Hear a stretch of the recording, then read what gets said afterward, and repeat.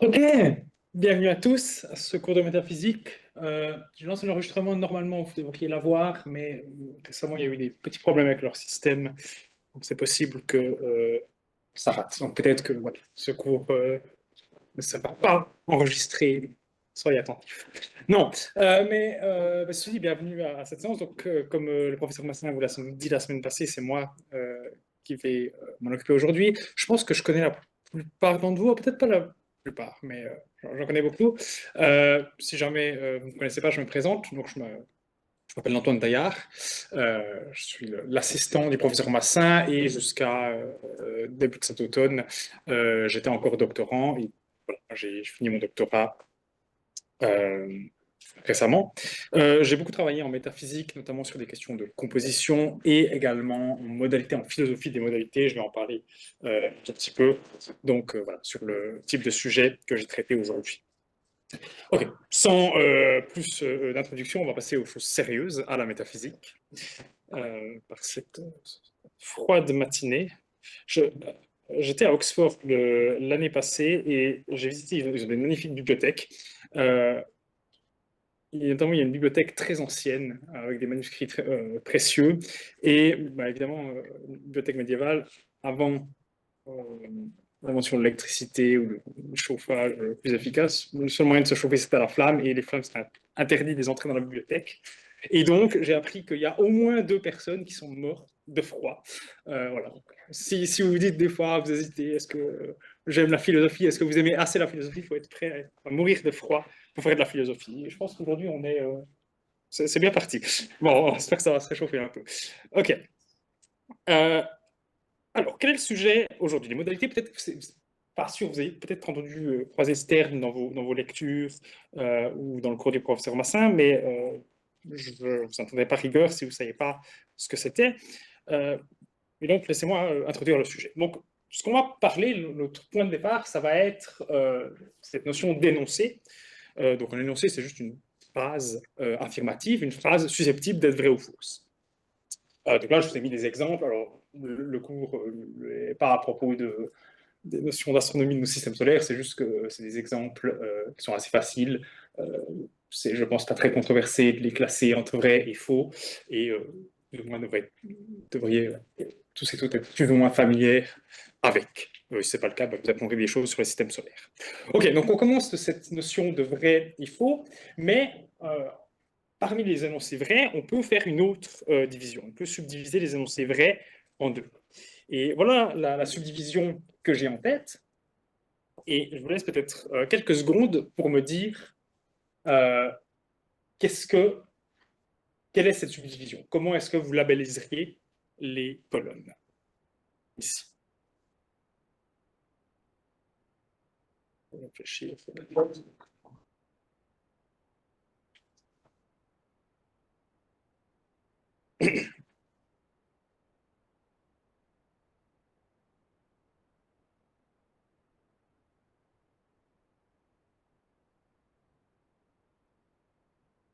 Il y a quelqu'un qui veut essayer?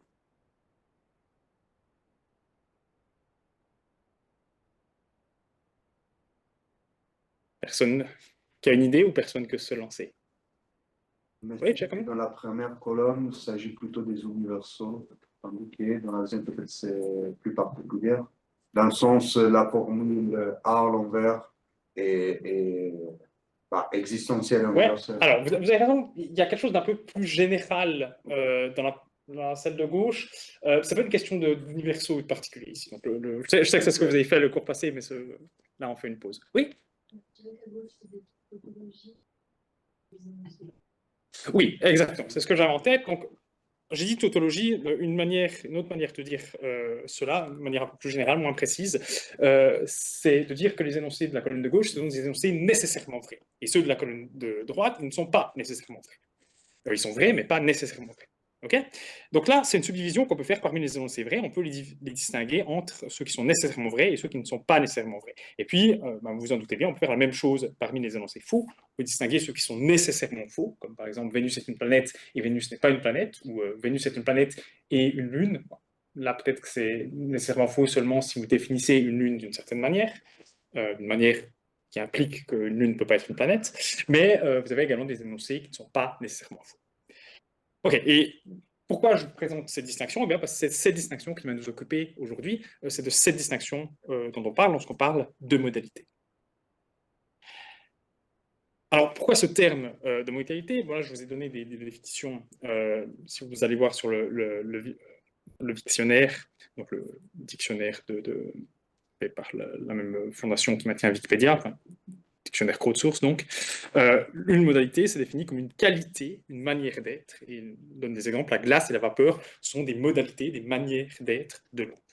Et puis, vous avez également en anglais le même principe, those aspects of a thing which relate to its mode, or manner, or state of being. Alors, pourquoi je parle de modalité dans le cas de la distinction que j'ai fait avant? Eh bien, c'est que la nécessité et la possibilité, je vais y venir tout de suite, ce sont des manières, des modes pour un énoncé d'être vrai, ou en l'occurrence d'être faux. Okay. Donc c'est pour ça qu'on parle de modalité. C'est des manières pour un énoncé d'être vrai. Alors, pourquoi c'est important de parler de modalité et pourquoi est-ce qu'on parle de modalité dans un cours d'introduction à la métaphysique? Bon, la première chose, c'est que en soi, la modalité est un champ d'études important en philosophie, qui a beaucoup de liens avec la métaphysique, qui est parfois compris comme un sous-ensemble de la métaphysique, mais ce n'est pas toujours le cas. Souvent, c'est considéré un peu à la frontière entre la métaphysique, la philosophie de la logique ou la logique elle-même et la philosophie du langage. Donc voilà, c'est déjà un champ d'études important. Il y a une grande littérature, beaucoup de gens qui ont écrit sur cette question. Mais peut-être, donc ça c'est en soi une raison d'en faire. Une autre raison d'en faire et de s'intéresser à ce concept, c'est que cette notion, elle est fondamentale dans plein d'autres débats, elle est fondamentale pour comprendre plein d'autres notions. Et je suis sûr que parmi les notions que vous avez vues en cours de métaphysique, il y en a certaines qui utilisent ces notions de modalité, de nécessité et de possibilité. Par exemple, la notion d'essence, la notion de temps, d'instant, la notion d'identité. Je sais que ça, c'est des choses que vous avez vues. Donc là, voilà, c'est trois notions en métaphysique qui utilisent la notion de modalité. Il y a des notions pas en métaphysique qui l'utilisent aussi. Donc ça, c'est la deuxième raison. Et la troisième raison, qui est en fait peut-être la plus importante, c'est que la modalité, c'est question de nécessité et de possibilité. Elle est au cœur de très nombreux arguments philosophiques, peut-être même plus que vous pouvez vous en douter. Et pour vous en convaincre, je vous ai donné deux exemples. Le premier, c'est un cas Gettier, plus particulièrement ce que Gettier, dans l'article, présente le cas original, appelle Case One. Donc, je ne sais pas si vous êtes familier avec les cas Gettier, si vous avez suivi le cours d'épistémologie, vous avez fait un peu d'épistémologie, très probablement que vous le savez. Donc, il y a eu pendant longtemps une certaine vision de la connaissance, une certaine conception de la connaissance qui disait croire, connaître quelque chose, connaître P, c'est avoir une croyance vraie et justifiée envers P. Donc, connaître une proposition, connaître un énoncé, connaître que quelque chose est vrai, c'est avoir une croyance vraie, justifiée, que cette chose est vraie. Et les cas Gettier, c'est des cas très célèbres qui sont vraiment assez simples pour montrer que cette analyse de la connaissance, que la connaissance est une croyance vraie justifiée, est fausse. Et la manière dont les cas fonctionnent, c'est qu'on commence par imaginer une situation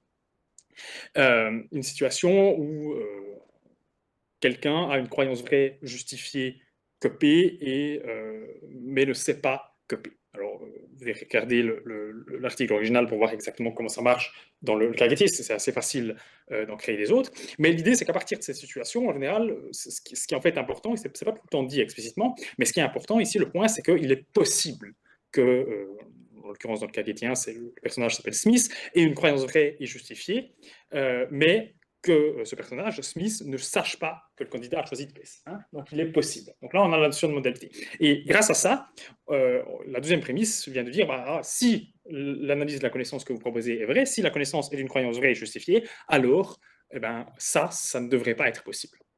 Okay, et puis là, du coup, on conclut que la connaissance n'est pas une croyance vraie et justifiée. Ok, donc ça c'était un exemple en épistémologie, mais il y a des arguments qui ont une forme tout à fait similaire dans d'autres domaines de la philosophie. Là, je vous ai mis par exemple en philosophie de l'esprit, l'argument des zombies, c'est tout à fait un argument qui a la même forme. Donc l'idée, c'est un argument contre le matérialisme, donc contre la thèse, pour faire simple, que tout est matériel. Et c'est un argument qui commence par dire qu'il est possible qu'il y ait des zombies phénoménaux. Alors, qu'est-ce que c'est un zombie phénoménal? C'est une hypothèse, enfin, un zombie phénoménal, c'est censé être quelque chose qui est exactement similaire à un être humain, qui a exactement la même composition physique qu'un être humain, à la molécule près, mais qui n'a pas de sensation.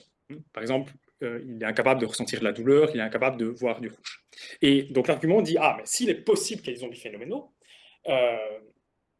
voilà, la première prémisse, c'est de dire, ah, mais il est possible qu'il y ait des zombies phénoménaux. Alors après, la manière dont on argumente par cette prémisse, c'est des fois de dire, on arrive à imaginer qu'il y a des zombies phénoménaux, c'est concevable qu'il y ait des zombies phénoménaux. Okay, bon, tout le monde n'est pas d'accord avec ça, mais enfin voilà, c'est la première prémisse. Et puis après, on dit que la deuxième prémisse, c'est de dire, ah, mais si tout est matériel, si le matérialisme est vrai, alors c'est pas possible qu'il y ait des zombies phénoménaux. Et à partir de là, on conclut que, pas, que le matérialisme est faux, donc c'est pas le cas, que tout est matériel. Ok. Voilà, j'aurais encore pu multiplier les exemples, j'en ai au moins 3 ou 4 autres comme ça, qu'on peut reconstruire avec ces notions de modalité au centre, et il y en a vraiment beaucoup dans ce sens-là. Et ce qui est important de noter, c'est que c'est vraiment 2 choses qui sont importantes de noter. La première, c'est que c'est des arguments vraiment très basiques, il n'y a pas besoin d'aller chercher loin. Hein. Le case one ou l'argument des zombies, c'est typiquement ce qui est enseigné dans un cours d'introduction à la philosophie de l'esprit ou à l'épistémologie. Hein, donc, c'est pas, voilà, on ne fait pas de la philosophie très avancée. Et l'autre chose, c'est que c'est des domaines complètement différents de la philosophie, pas forcément grand-chose à voir entre eux. Vous voyez, les thèses auxquelles ils s'intéressent ne ressemblent pas avoir grand-chose entre eux. Ok, donc c'est simplement pour vous dire que c'est vraiment un concept clé, un concept important de la philosophie, et donc c'est important de comprendre ce qu'on entend par possible et nécessaire. Et c'est exactement ce qu'on va faire aujourd'hui, puisque mon but avec cette séance, c'est pas d'essayer de vous dire quels sont les énoncés nécessairement vrais, possiblement vrais. Mon but, c'est qu'est-ce qu'on veut dire exactement lorsqu'on dit qu'un énoncé est nécessairement vrai ou qu'il est possiblement vrai. Qu'est-ce qu'on entend par ces notions de nécessité ou de possibilité. Donc, je vais commencer par présenter quelques principes de base, vous donner un peu de vocabulaire. Voilà, peut-être c'est des choses que certains d'entre vous auront vues si vous avez fait le cours de logique des prédicats. Je crois que les 2 dernières séances ont fait un peu de logique modale, donc peut-être que vous auriez vu des choses là-dedans. Ensuite, on va parler d'une notion qui est presque indissociable de ces questions de modalité, de nécessité, de possibilité. C'est la notion de monde possible. Je dis presque indissociable, c'est peut-être un peu exagéré. On peut parler de nécessité et de possibilité sans parler de monde possible. Il y en a beaucoup qui le font. Il y a même des gens qui disent qu'on devrait le faire. Mais enfin, très souvent, lorsqu'on parle de possibilité et de nécessité, il y a cette notion de monde possible qui vient. Et le but, donc, ça va être de voir qu'est-ce qu'on entend ici par cette notion de monde possible, ou qu'est-ce qu'on devrait comprendre. Et grâce à cette notion, ça va nous permettre de répondre à la question.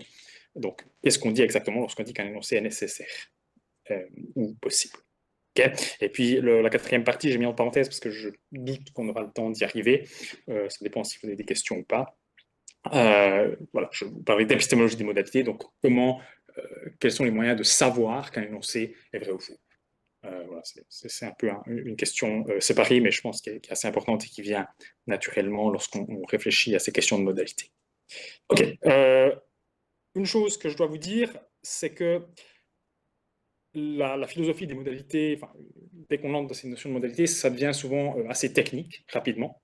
Dans le sens, voilà, très souvent, on doit faire de la logique, il y a beaucoup de formalisme, ce genre de choses. Donc le cours ne sera pas du tout, quasiment pas technique, donc je ne suppose pas que vous ayez la moindre notion de logique, quoi que ce soit d'autre, donc vous devriez pouvoir suivre, même si vous n'avez jamais pris le moindre cours logique. Il y aura un tout petit peu de formalisme, mais vous n'avez pas besoin de le comprendre. Évidemment, la conséquence de ça, que j'essaye de pas trop formel, c'est que du coup, je ne suis pas trop formel, je perds un peu de la rigueur mathématique. Donc voilà, je crois qu'il n'y a rien que je dis qui va être complètement faux, mais ce n'est pas complètement rigoureux à chaque fois, donc gardez ça en tête.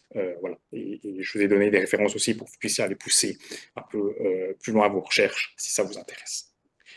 Ok, avant que je passe à la première session, est-ce qu'il y a déjà des questions sur ce que j'ai dit? Une autre chose que je devrais préciser, c'est que donc c'est des notions qui sont compliquées, hein, donc c'est pas grave si vous ne comprenez pas tout du premier coup. En fait, je m'attends même à ce que vous ne captiez pas tout du premier coup, mais du coup, n'hésitez pas à lever la main, à poser des questions si c'est pas clair. Ok, pas de questions jusqu'ici, ce que j'ai dit. Ok, alors allons-y sur les principes de base. Alors, première chose qui est importante sur les principes de base, c'est qu'on peut définir, je peux appeler l'interdéfinabilité de la nécessité et de la possibilité. Donc, qu'est-ce qu'on entend par là? On peut dire que la nécessité peut être définie grâce à la possibilité et vice-versa. Alors, peut-être juste une parenthèse ici. Vous voyez que dans le titre, j'ai utilisé ces symboles, la box et le diamant. Le carré, je ne sais pas comment on le nomme en français, ce symbole, mais ça n'a pas d'importance. C'est des symboles très classiques quand on fait quand on parle de modalité. Donc celui-là, vous pouvez simplement le lire comme nécessairement, ou si vous préférez, il est nécessaire que, et celui-là comme possiblement, ou il est possible que. Okay. Donc si par exemple vous voyez ce symbole, puis après P, vous lisez il n'est nécessaire que P. Okay. Voilà, ça c'est des symboles de base. La notation n'est pas toujours fixée en philosophie, mais sur ces symboles-là, c'est presque universels qui sont utilisés de cette manière. OK. Donc, le point, c'est qu'on peut définir la nécessité grâce à la possibilité et vice-versa. Alors, comment ça marche? Eh bien, dire un énoncé est nécessairement vrai si et seulement si il est impossible qu'il soit faux. Ici, je vous ai mis le symbolisme pour ceux qui ont fait un peu de logique propositionnelle, vous savez à quoi ça correspond. Peut-être c'est plus simple de vous représenter les choses comme ça. Et puis, vous pouvez, pour essayer de vous en convaincre, vous pouvez réfléchir, supposer qu'il est nécessaire que Vénus est une planète. Bien, il me semble vraiment que lorsqu'on dit ça, on dit la même chose que si on disait il est impossible que Vénus ne soit pas une planète. Je donne un autre exemple. Si il est nécessaire que je sois debout en ce moment, eh bien, une autre manière de dire ça, c'est qu'il est impossible que je ne sois pas debout en ce moment. Donc, on peut définir la nécessité en termes de possibilité. Et on peut aussi faire l'autre direction, on peut définir la possibilité en termes de nécessité. Ça fonctionne tout à fait de manière parallèle. On dit qu'un énoncé est possiblement vrai si et seulement si il n'est pas nécessairement faux. Hein, donc, il est possible que Vénus soit une lune si et seulement si il n'est pas nécessairement un typo, si il n'est pas nécessaire que Vénus ne soit pas une lune. Okay. Bon. Alors, qu'est-ce qu'il faut retenir de ça c'est pas grave si vous ne retenez pas exactement la manière dont c'est défini l'un l'autre.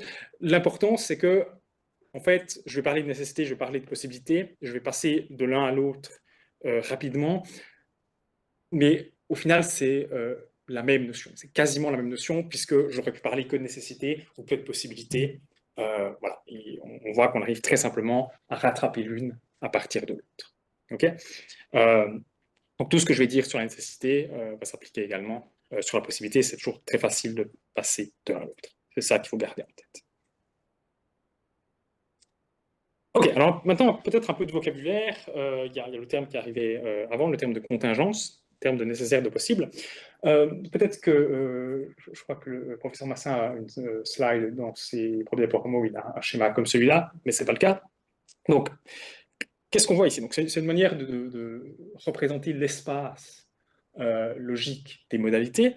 Donc, on a ici sur l'axe du milieu le nécessaire, le contingent et l'impossible. Et puis, ce qui est possible, c'est ce qui est nécessaire et ce qui est contingent. Et puis, ce qui est contingent et impossible, c'est ce qu'on appelle le non nécessaire. Okay. Ça, c'est un schéma important qui est souvent utilisé pour représenter comment ces notions sont liées l'une à l'autre. Ce qu'il faut noter, ce qu'il faut en tirer, c'est que, contrairement à ce qu'on peut parfois penser, le nécessaire n'exclut pas le possible. Et en fait, ce n'est même pas qu'il n'exclut pas le possible, c'est qu'il implique le possible. Autrement dit, si une proposition est nécessaire, s'il est nécessaire que Vénus soit une planète, alors il est possible que Vénus soit une planète. Ok? C'est ça l'idée. Donc ça, c'est pour le schéma. Je n'ai pas précisé, je ne sais pas si vous avez reçu la notification, le PowerPoint est sur le Moodle via les annonces. Je n'avais pas les droits d'écriture, donc je n'ai pas pu l'ajouter normalement dans le cours. Mais si vous allez dans le forum qui s'appelle Annonces, vous avez normalement le fichier qui est joint. Ok, donc ça c'est pour ces notions de nécessaire, possible, contingence. Notions connexes de possible et d'actuel, qui sont aussi importantes à noter. Donc on peut faire un schéma similaire où on a d'un côté l'actuel, au milieu on a ce que je traduis par seulement possible, en anglais on dit merely possible, et puis tout à droite on a l'impossible. Et puis, donc, ici, ce qui est possible, c'est ce qui est actuel et ce qui est seulement possible. Et ce qui est non actuel, c'est ce qui est seulement possible et ce qui est impossible. Okay, et à nouveau, ce que ça nous montre lorsqu'on représente les choses comme ça, c'est que la notion d'actuel n'exclut pas le possible. Et en fait, comme avant, il l'implique. Si je dis que c'est actuel, s'il est actuel que Vénus est une planète, ça implique qu'il est possible que Vénus est une planète. C'est un point important parce que dans la langue courante, je pense qu'on a tendance à utiliser possible pour dire surtout le seulement possible. Il y a quelque chose d'un peu bizarre de dire qu'il est possible que je sois debout maintenant.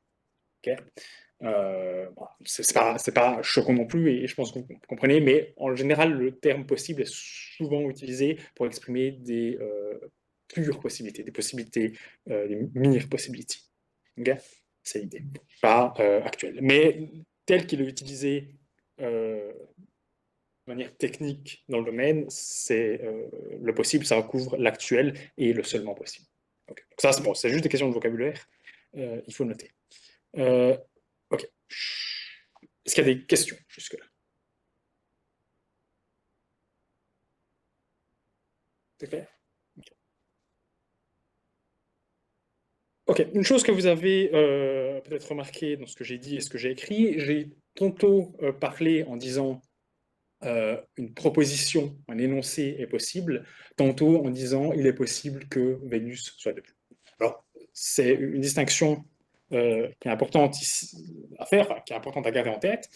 Il y a deux manières de parler, ce qu'on appelle le mode formel et le mode matériel. Donc, lorsque je dis quelque chose comme l'énoncé P, et là notez bien que j'ai mis des guillemets, hein, parce que je suis en train de parler d'énoncé, P ici dans cette phrase c'est un nom pour l'énoncé, une manière de désigner l'énoncé.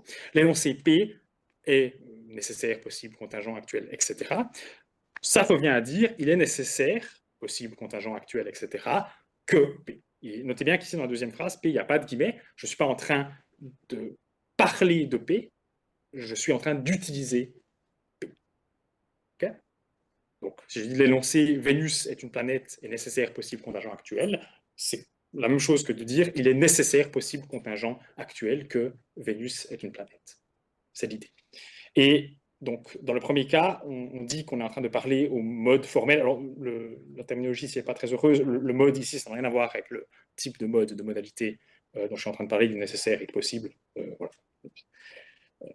Mais on dit qu'on est ici en train de parler au mode formel, autrement dit à propos des énoncés, et dans le second cas, on est en train de parler au mode matériel, à propos des faits, à propos de ce qui est le cas. Okay, c'est quelque chose d'important à garder en tête parce que très souvent les auteurs vont passer de l'un à l'autre. La plupart du temps, on voit ce que ça veut dire et le passage paraît très naturellement. Dans certains cas, voilà, ça peut être un peu perturbant le passage d'un à l'autre, donc gardez cette distinction en tête. Dans ma présentation de cette slide, j'ai insisté sur le fait que j'avais mis des guillemets ici, mais en fait, très souvent, lorsqu'on parle au mode formel, en tout cas quand on utilise des variables pour représenter les énoncés, c'est extrêmement commun d'omettre les guillemets. Et je l'ai fait d'ailleurs souvent dans mon PowerPoint, vous le verrez, à la place de mettre les guillemets P et contingent, j'ai juste mis P et contingent tout court. Okay, mais voilà, ils sont juste omis parce que ça permet d'alléger la lecture. Et c'est une convention qui est faite très souvent. La manière dont vous pouvez être sûr qu'on est ici au mode formel plutôt qu'au mode matériel, c'est que si vous essayez de remplacer P par un énoncé français, donc donner une valeur à la variable, par exemple, Vénus est une planète et contingent, ouais, oui, s'il n'y a pas de guillemets, ça ne marche pas. Enfin, grammaticalement, il y a quelque chose qui ne fonctionne pas. Okay, c'est pour ça, on suppose les guillemets. Voilà. Je précise, bon là, j'ai présenté dans le cadre des modalités parce que ça vient dans cette question-là, mais ces notions de mode formel, de mode matériel, ça arrive dans plein d'autres circonstances également, hein, pas juste quand on parle de nécessité, de possibilité, contingence actuelle. Ok, jusque-là, des questions? Je peux bien écrire, je vais voir un coup. Pour le moment, l'eau n'a pas encore gelé, c'est bien.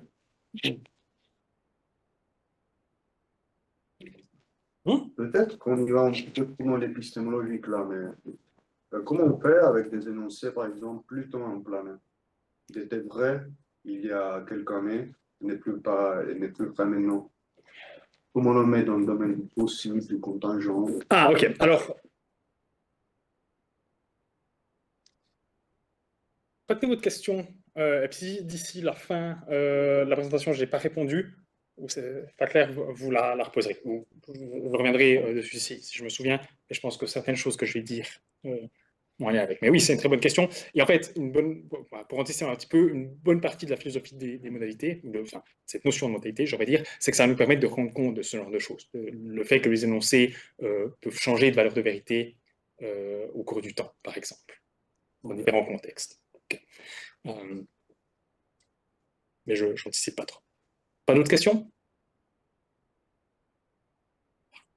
Alors, une chose qui est très importante de noter, en fait vraiment cruciale si on vient comprendre la notion, c'est qu'il y a plusieurs types de modalités. Autrement dit, lorsqu'on parle lorsqu'on utilise les termes de il est possible, il est nécessaire que, il y a plusieurs sens dans lesquels on peut attribuer à possible ou nécessaire. Donc là, il convient de faire plusieurs distinctions.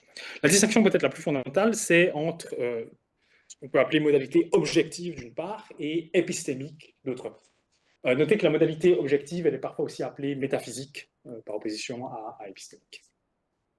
Alors, je pense que le concept, sans entrer trop dans les détails, c'est bien plus simple de simplement donner un exemple. La modalité épistémique, c'est ce qui a trait à la connaissance, à ce qu'on sait ou ce qu'on ne sait pas, à ce qu'on croit. Lorsqu'on parle de modalité objective, par contraste, on n'est pas du tout en train d'exprimer quelque chose sur nos connaissances, sur voilà, le fait qu'on croit ou pas.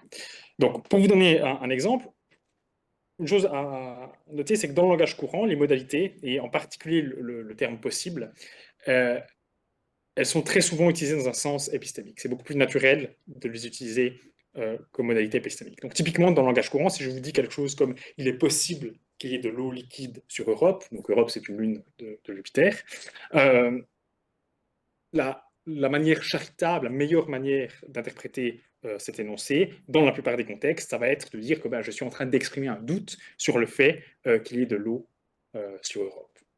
Okay, je dis, il est possible qu'il y ait de l'eau liquide sur Europe, j'exprime un doute.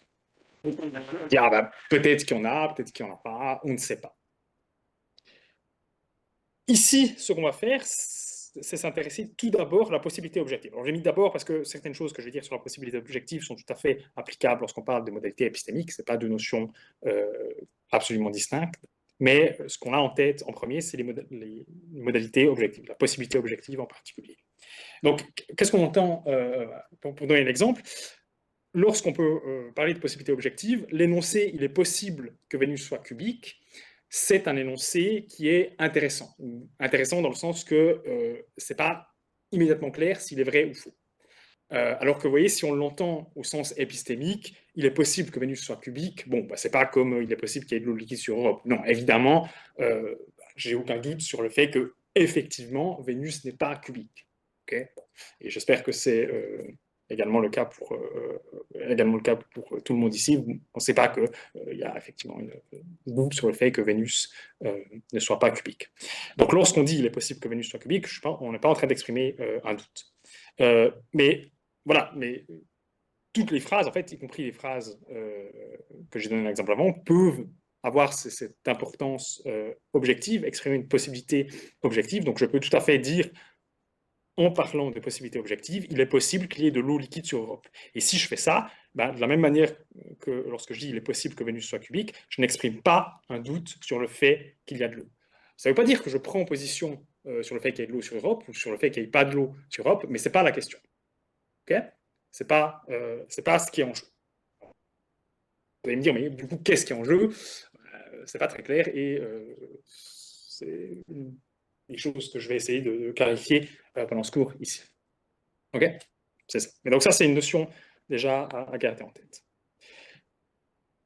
Objective épistémique. Même à l'intérieur des modalités objectives, il y a quand même plusieurs variétés de modalités objectives. Alors, je n'en ai donné quelques-unes ici, j'ai fait ce tableau-là. J'ai pris encore des types de possibilités ici en particulier, mais encore une fois, on pourrait changer et parler de nécessité plutôt.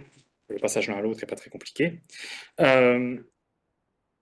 un type de modalité objective que vous avez sans doute rencontré si vous avez fait un peu de logique, c'est la possibilité logique. Alors, plusieurs manières de définir ça. Une manière assez classique, une notion assez commune, c'est de dire que P est logiquement possible si et seulement si P n'implique pas de contradiction. Hein. Et ici, une contradiction, c'est simplement... Qu'est-ce qu'on entend par contradiction? C'est simplement un énoncé de cette forme, donc un énoncé sur la forme P et non P. Donc, lorsqu'on a une conjonction, pour ceux qui n'ont pas fait de logique, ça se représente et, peut-être que je devrais le mettre comme ça, plus simplement, c'est moins symbolique.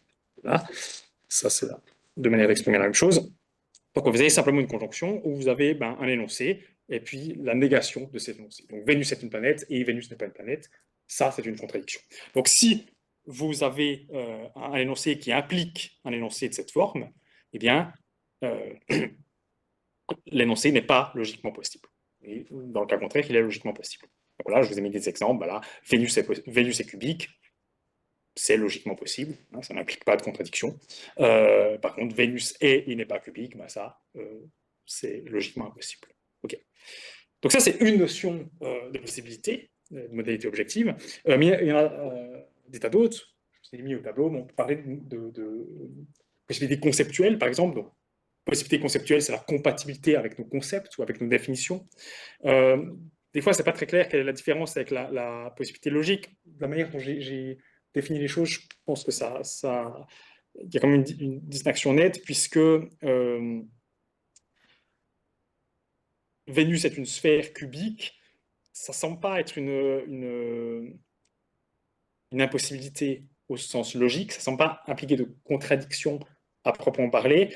Par contre, il y a clairement une contradiction dans les concepts. C'est-à-dire que le concept, la définition, la manière dont on définit être une sphère implique que ce qui est une sphère n'est pas cubique. Quelque chose de ce genre-là. Ok, mais oui, on peut les multiplier. Bon, une autre notion classique, c'est la notion de possibilité nomique. Donc ça, c'est ce qui est compatible avec les lois de la nature. Voilà, donc là, par exemple, Vénus est une lune, c'est une possibilité nomique ou nomologique. Il y a les deux termes qui sont utilisés.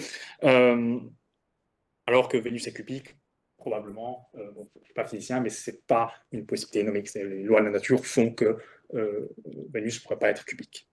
Et donc ça, c'est typiquement trois types de possibilités qui intéressent beaucoup les philosophes, mais voilà, on peut encore en donner plus. J'ai mis un type de possibilité technologique qui n'est pas discuté dans la littérature, mais voilà, on pourrait définir une possibilité technologique comme ce qui est permis par les technologies telles qu'on l'a actuelles. Et là, peut-être qu'on pourrait dire, faire une colonie humaine sur la Lune, c'est permis par les technologies actuelles, mais une colonie humaine sur TRAPPIST 1D, qui est donc une exoplanète dans un autre système, ce ne serait pas possible parce qu'on n'a pas les moyens de se déplacer jusque là-bas. OK.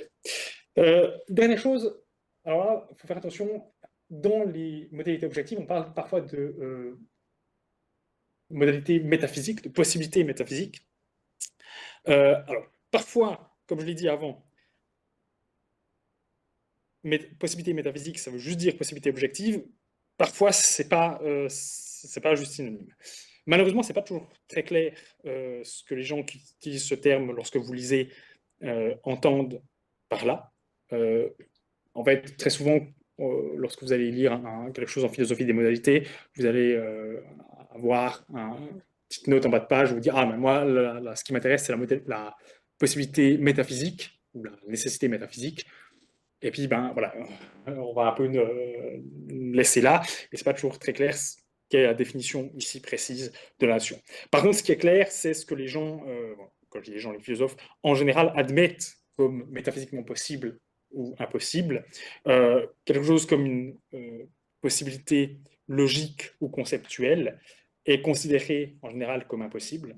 Donc, c'est métaphysiquement impossible que Vénus soit et ne soit pas cubique. Par contre, presque tout le reste, c'est considéré comme métaphysiquement possible.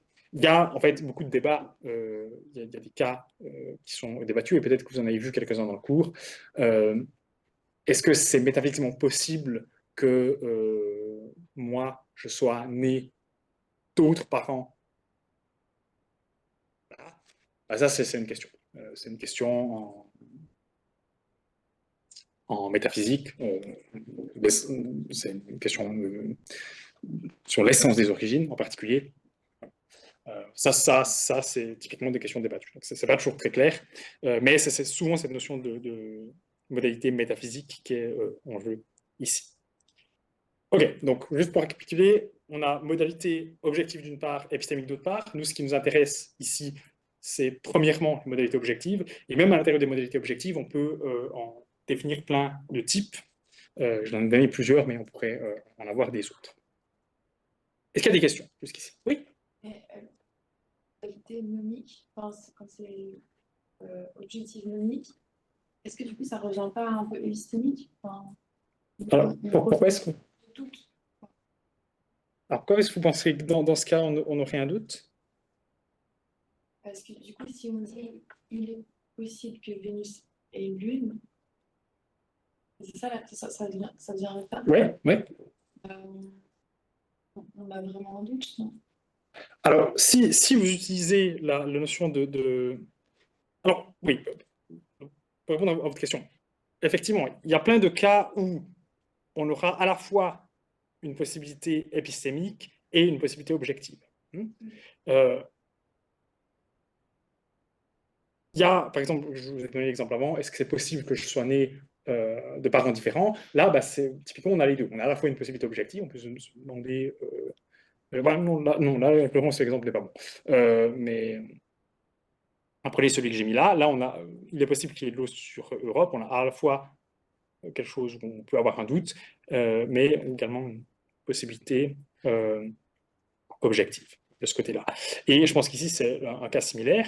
Peut-être qu'on peut avoir un doute sur le fait que Vénus a une lune. Bon, je pense qu'on connaît suffisamment bien Vénus, on a suffisamment bien observé la planète pour pas avoir de doute qu'en fait c'est le cas, mais je vois où vous alliez. Mais en plus de ça, on peut avoir cette notion en disant que le fait que Vénus ait une lune est compatible avec l'égal de la nature. Ouais, en disant, bah, en fait, peut-être qu'il y aurait eu un corps céleste qui a été capturé par l'orbite de Vénus, et puis bah, il y aurait eu peut-être, voilà, si Vénus avait été, comme c'est le cas, je crois, pour la Terre, impacté par un autre corps d'une taille un peu moindre, ça aurait projeté sa masse en orbite, et avec le temps, bah, voilà, ça aurait créé une lune. Ce genre de choses. Oui, et ça semble être compatible avec les lois de la nature. Si ça semble, voilà, donc c'est ça l'idée. Ok, d'autres questions? Il n'y a pas d'autres mains? Ok, donc ça, c'est pour les variétés de modalités. Une autre chose à laquelle il faut faire attention, c'est qu'on a également des variétés de logique modale. Alors, qu'est-ce qu'on entend par logique modale? Donc, bah, je vous ai dit, la nécessité et la possibilité, ce sont des manières pour énoncer d'être vrai, d'être faux. Eh bien, la logique modale alétique, c'est la partie de la logique qui étudie ces manières d'être vraies. Okay.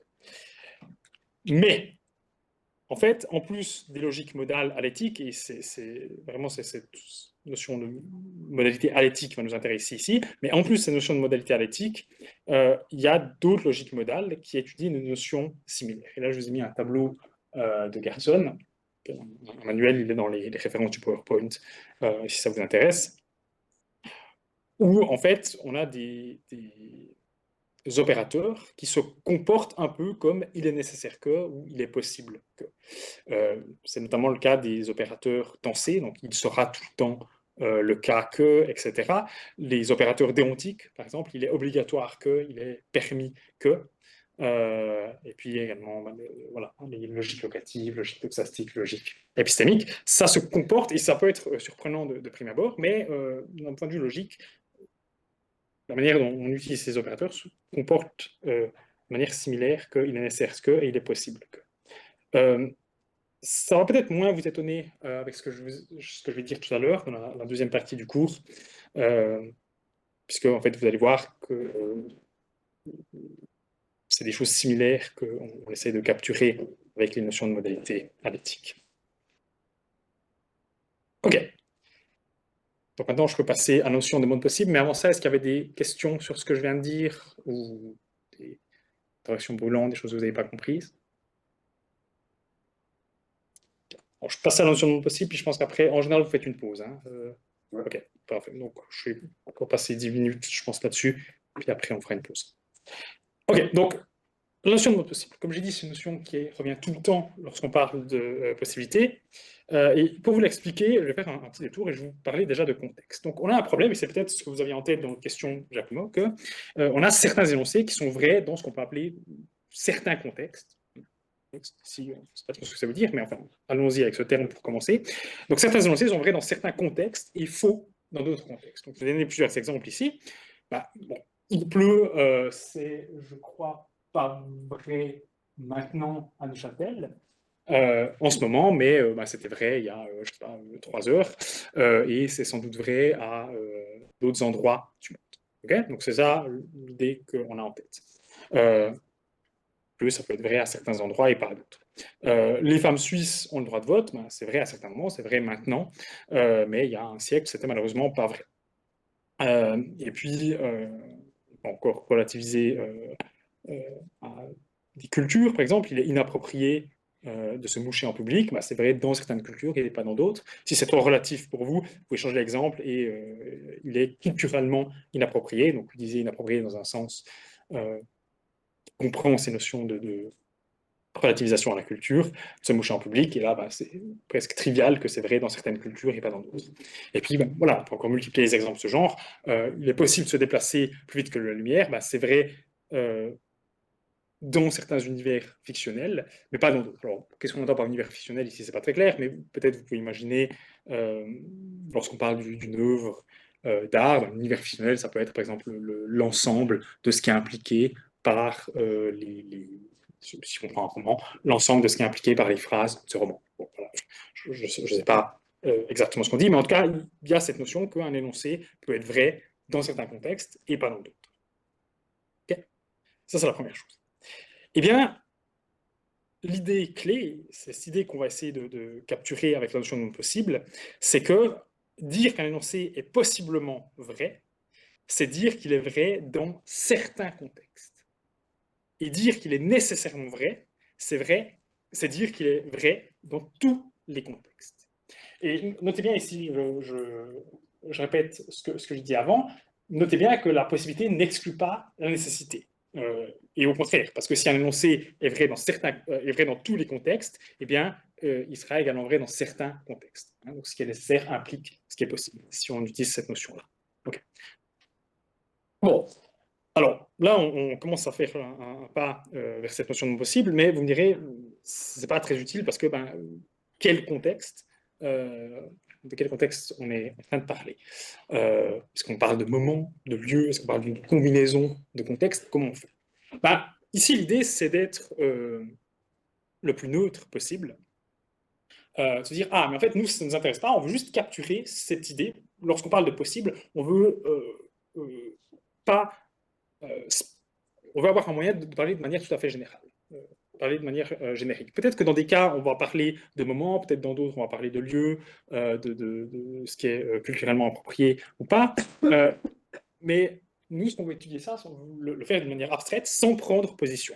Et donc, ce qu'on veut faire, en résumé, c'est rester neutre quant au type de contexte qui sont en jeu. Et pour cela, on va utiliser une notion générique de contexte, et c'est cette notion qui est la notion de mot possible. Donc, la notion de mot possible, c'est une notion générique de contexte. Et donc, là, avec ça en tête, on peut reformuler l'idée clé que je vous ai mise tout à l'heure, en disant qu'un énoncé est possiblement vrai si et seulement si il est vrai à certains mondes possibles. Et un énoncé est nécessairement vrai si et seulement si il est vrai à tous les mondes possibles. Okay, donc là, je reformule simplement ce que j'ai mis avant. Peut-être qu'il y a une chose qui vous semble un peu bizarre, c'est cette notion cette expression A est vrai à un monde possible. Si vous avez croisé ce terme de monde possible, souvent on dit qu'un énoncé est vrai dans certains mondes possibles. Les deux sont en général équivalents. J'ai mis A ici pour mettre en exergue, pour insister sur le fait que ce que j'entendais par monde possible, c'était simplement ce qu'on peut appeler un indice. Un monde possible, c'est un indice. Et on n'est pas dans un indice, on est à un indice. Ok. Et ça, c'est vraiment une notion importante parce que le fait de parler de monde possible, et le terme est venu en fait pour des questions un peu historiques, parce qu'il avait été utilisé notamment par Leibniz, et puis après il a été récupéré par des logiciens qui ont fait qui ont utilisé ce terme pour exprimer leur théorie. Mais le fait de parler de monde et de monde possible, bah, ça nous fait penser à quelque chose qui est spatio-temporellement étendu, un genre voilà, de système. Les astronomes, par exemple, parlent de monde lorsqu'ils parlent de planètes autres que la Terre, des fois en parlant de la Terre. Voilà, l'idée de monde, ça nous fait penser à quelque chose comme ça. Vraiment, alors c'est pas complètement absurde, il y a évidemment un lien génétique en parlant des mondes possibles de cette manière, mais c'est vraiment pas la notion qui est ici en jeu. C'est pas du tout une notion fantastique, une notion voilà, on a des univers parallèles ou je ne sais quoi. Comme ce que je vais vous expliquer maintenant, la notion de monde possible, c'est vous allez être tous communs avec ce, vous allez être tous, ça, voilà, vous connaîtrez tous des choses similaires à des mondes possibles. Et je vais vous montrer maintenant, parce que les mondes possibles, ce sont des indices et que vous êtes tous similaires avec des indices. Alors, qu'est-ce que j'entends par des indices? C'est pas tout à fait clair de ce que c'est. Un indice, c'est simplement un identificateur unique. C'est quelque chose qui identifie quelque chose d'autre de manière unique. Pour le mettre peut-être un tout petit peu plus formellement, si vous supposez qu'il y a un ensemble V d'indices et un ensemble S de choses à identifier, eh bien, dire que les membres de V sont des indices pour S, c'est-à-dire qu'à chaque membre de V est associé exactement un membre de S. Une manière de représenter ça, c'est le tableau ici que je vous ai mis. Donc vous avez les indices en bas, qui sont en l'occurrence les nombres naturels. Et puis en haut, vous pouvez mettre ce que vous voulez, l'alphabet, mais ça pourrait être autre chose. Et c'est identifier les nombres naturels, identifie ici les lettres, les membres de S. OK? C'est l'idée. Et alors, je vous ai mis, pour être un peu plus concret, je vous ai mis des exemples d'indices. Par exemple, les DOI, les Digital Object Identifiers, si vous lisez des articles en philosophie ou ailleurs, très souvent c'est associé avec un DOI, eh bien, les DOI sont des indices. Ils identifient uniquement, et qu'est-ce qu'ils identifient uniquement? Des publications, des articles en l'occurrence. Un autre exemple, c'est les numéros d'AVS. En Suisse, je crois que tous les résidents ont un numéro d'AVS, eh bien, les numéros d'AVS identifient uniquement les résidents, les personnes qui résident en Suisse. Voilà, un autre exemple, si vous avez un compte bancaire, en tout cas en Suisse et dans la quasi-totalité du monde, on va vous donner un IBAN, eh bien, l'IBAN identifie votre compte bancaire. Et puis, encore un dernier exemple, si vous êtes dans un groupe où il n'y a pas de prénom répété, où il n'y a pas de personne qui s'appelle Antoine, par exemple, eh bien, les prénoms, ce sont des indices pour les personnes dans ce groupe. Ils identifient les personnes dans ce groupe. Donc vous voyez, ici, cette notion d'indice, voilà, elle est complètement familière. Typiquement, un indice, c'est quoi? C'est une chaîne de caractères, une suite de nombres. Voilà. Parfois, là, on peut avoir des indices qui donnent des indications sur ce qu'ils représentent. Typiquement, dans l'IBAN, vous savez, en Suisse, les IBAN commencent par CH, en France, je crois qu'on commence par FR. Donc, ça donne une indication sur le pays auquel le compte bancaire appartient, mais ça, ce n'est pas une condition qui est nécessaire pour faire un indice. Tout ce qu'on a besoin, c'est qu'on a un ensemble de choses qui est associé à un autre ensemble de choses, de manière à les identifier uniquement. OK. Et les mondes possibles, c'est exactement ça. Les mondes possibles, c'est cette notion qu'on a ici, c'est la notion d'indice. OK. Alors vous allez me dire, bon, mais qu'est-ce que les mondes possibles identifient? Eh bien, ils identifient des paires domaine d'interprétation. Et là, vous allez rien comprendre, c'est normal, parce que je ne vous ai pas dit ce que c'est une paire domaine d'interprétation. Et ça va être l'objet de la seconde partie du cours. Avant ça, cependant, une chose sur la nature des mondes possibles. Donc, vous voyez, le fait de considérer les mondes possibles en indices, l'avantage, c'est que ça peut être à peu près n'importe quoi, les indices. Les mondes possibles, par exemple. Ce que vous considérez comme monde possible, ça peut être à peu près n'importe quoi. La seule condition, c'est que vous devez en avoir assez.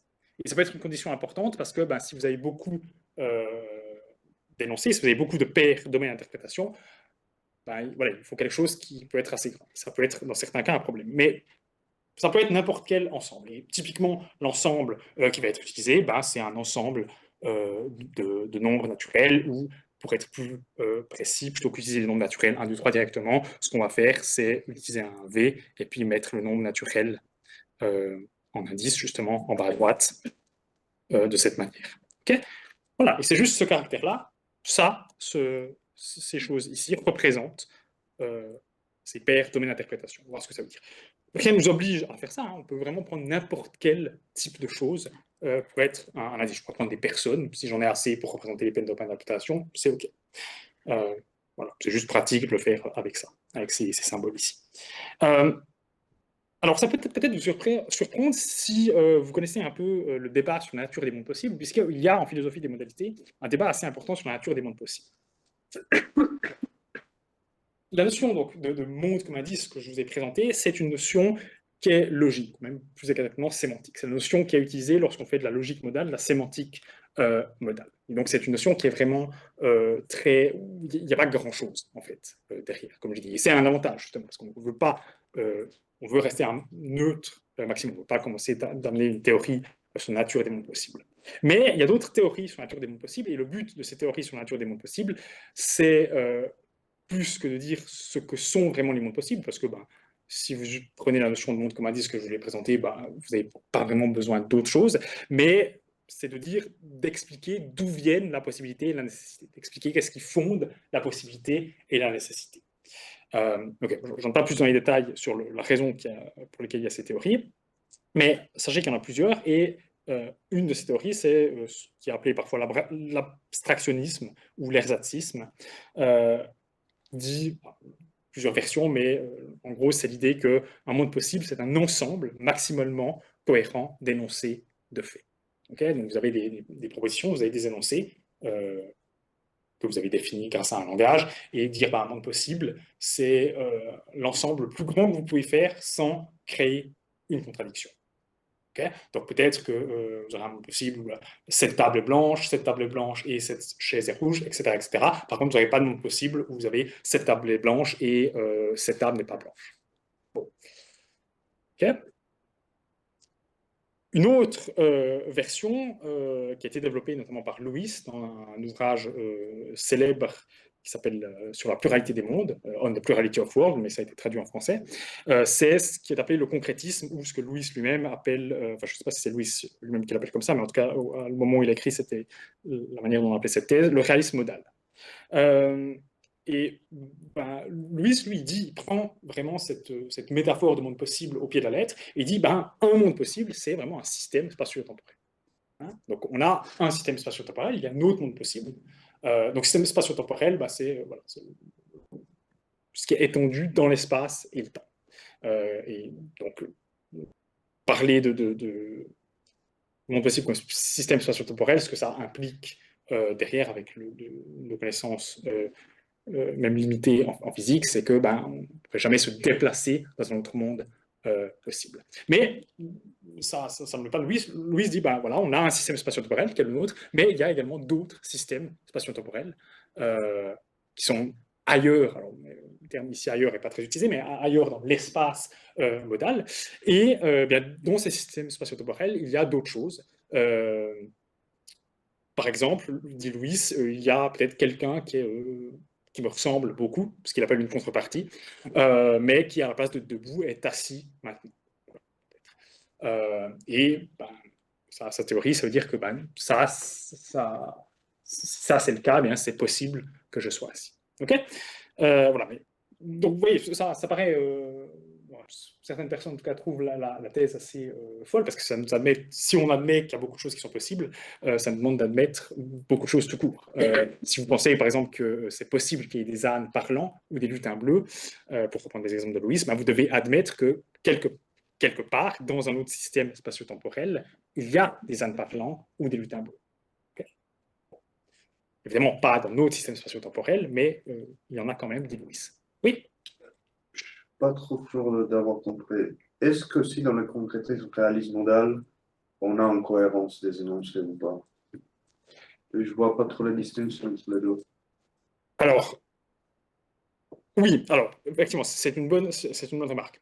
Donc oui, on va avoir l'idée de cohérence des énoncés, parce qu'évidemment, on ne veut pas qu'on ait une théorie des mondes possibles qui dit qu'il est possible que cette table soit blanche et cette table ne soit pas blanche à la fois. On n'a pas envie d'avoir des mondes impossibles. si vous voulez. C'est l'idée. Voilà. Encore une fois, le but de ces théories des mondes possibles, c'est pas de nous dire quels sont les énoncés qui sont vrais ou faux, mais c'est plutôt d'où vient la modalité, en fait. Comment ça se fait qu'il y a des énoncés qui soient possibles et d'autres qui soient impossibles et encore d'autres qui soient nécessaires. C'est le but ici. Ok, si ça vous a... Oui, allez-y. C'est quoi la différence entre l'abstractionnisme et le concrétisme? Ok, d'accord. Okay.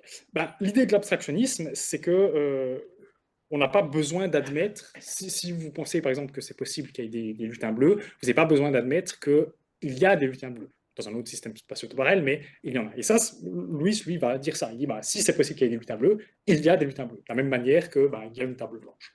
Okay.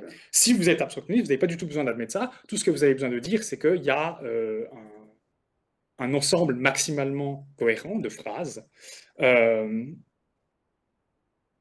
laquelle la phrase « il y a des lutins bleus » appartient. Okay. Et bon, et ça semble pas être trop problématique, probablement dans ce cas-là. Donc c'est ça l'idée. Donc ça diffère sur le fait ontologique, sur ce qu'on admet qui existe. Voilà, donc si ça vous intéresse, il y a Menzel dans la Stanford Encyclopédia qui a une bonne entrée sur le sujet, c'est assez clair la manière dont c'est présenté, je vous l'ai mis dans les références, si jamais. Une dernière chose que je veux dire, c'est que ces théories sur la nature des mondes possibles sont largement compatibles avec la notion de monde comme indice que je viens de vous présenter, puisque, par exemple, si vous êtes réaliste modal, vous pouvez juste prendre la notion de monde comme indice que je vous ai présenté et dire que, en l'occurrence, les indices, ce sont ces systèmes spatio-temporels. Okay.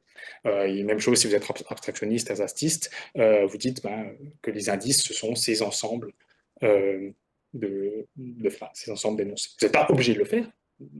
Le plus simple de faire, c'est juste de dire que c'est des symboles que je vous ai présentés avant, W1, W2, etc. Mais vous pouvez le faire. OK. Parfait. Donc, je m'arrête là pour la première partie du cours. Et donc, ce qu'on va faire après la pause, dans un quart d'heure, c'est d'expliquer ce qu'on entend ici par l'indexation de ces paires domaines interprétation.